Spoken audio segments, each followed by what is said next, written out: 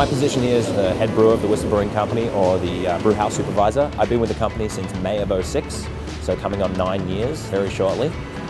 Outside of the brewery, I'll go to beer dinners, host beer tastings at events, just like on Saturday for our 25th anniversary.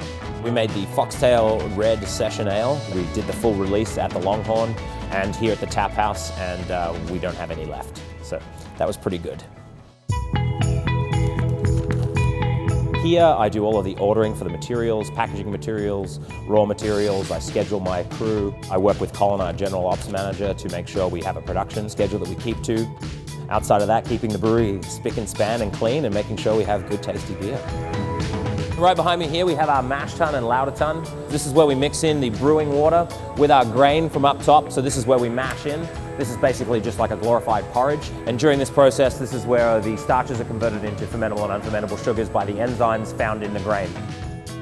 We get all of our malt from the prairies, some from UK, some from the US, and some from Germany. They're usually the specialty malts.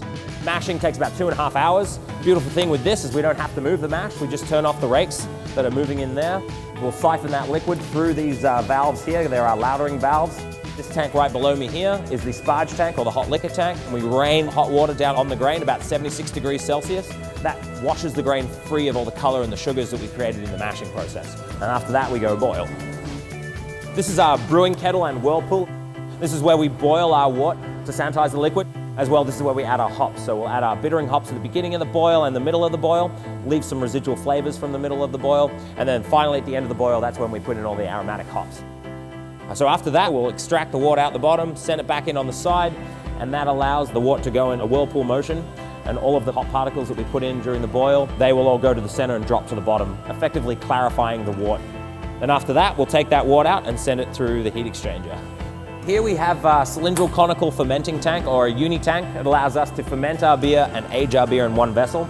We use it to keep the beer warm during fermentation process. We also use it to keep it cold for aging. What will come into the tank will have already been pre-cleaned, pitched with yeast. Now that wort's coming in that's been oxygenated, it starts to react with the yeast starts to absorb the oxygen, bud, create more yeast cells, and then once all of that available oxygen is gone, it now moves on to the next source of food it can find, and that'd be the sugar that was in there. Basically what comes out is your CO2, which is what we have here in the airlock, and our ethyl alcohol, which is what makes our beer. 1989 was our first year of production. Black Tusk was an original beer from then. My creations have been the IPA and the Big Sky Lager.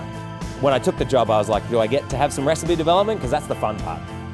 Making the same beer all the time, that's what you have to do to keep in business, but the recipe development and coming up with new recipes is, that's what I really like to do. If they could just pay me the same amount every year to just do that, I'd be a happy chappy.